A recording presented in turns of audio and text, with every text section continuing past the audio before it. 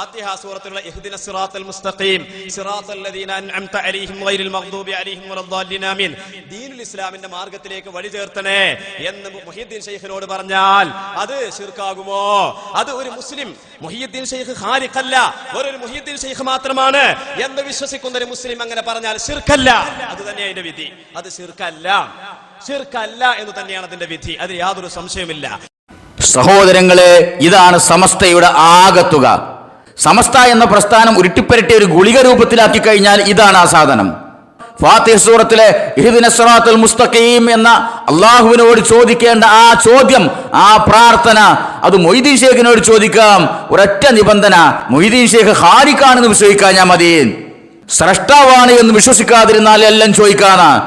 എടോ, കുറച്ചും കൂടി മാന്യത, സൃഷ്ടാവാണെന്ന് വിശ്വസിച്ച് ചോദിക്കണല്ലേ. ഒരു ലോജിക്ക് വെച്ച് നോക്കുമ്പോ ആ ചോദ്യത്തിന്റെ ഒരു ന്യായം ഉണ്ടല്ലോ. ഇത് സ്രഷ്ടാവല്ല, കേവലം സൃഷ്ടി മാത്രമാണ് എന്ന് വിശ്വസിക്കുന്ന ഒരു മനുഷ്യനോട് അള്ളാഹിനോട് ചോദിക്കണ ചോദ്യങ്ങൾ ചോദിക്കാന്ന് പറഞ്ഞു കഴിഞ്ഞാല് ഒരു ന്യായം വേണ്ടയില്.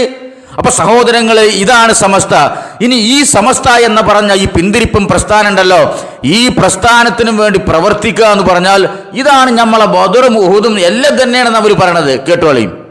ഫലസ്തീനിലെ 7000 കുട്ടികൾ ഷഹീദായി. അവരെ കൂടെയാണ് നമുക്ക് സ്വർഗത്ത് പോകേണ്ടത്. നമുക്ക് ഷഹീദായാലും നമ്മളെ ബദർ എന്താണെന്ന് നിങ്ങൾ സമസ്തക്ക് പ്രവർത്തിക്കുക. അതന്നെയാണ് ബദർ, ഇതന്നെയാണ് ഉഹുദ്, ഇതന്നെയാണ് ഖന്തക്കിന്റെ കടങ്ങ് ഒഴിക്കുക എന്ന് പറഞ്ഞാൽ സമസ്തക്ക് വേണ്ടിയിട്ട് കൊടിയുത്താൻ കൊഴി ഒഴിക്കുക. അതന്നെ.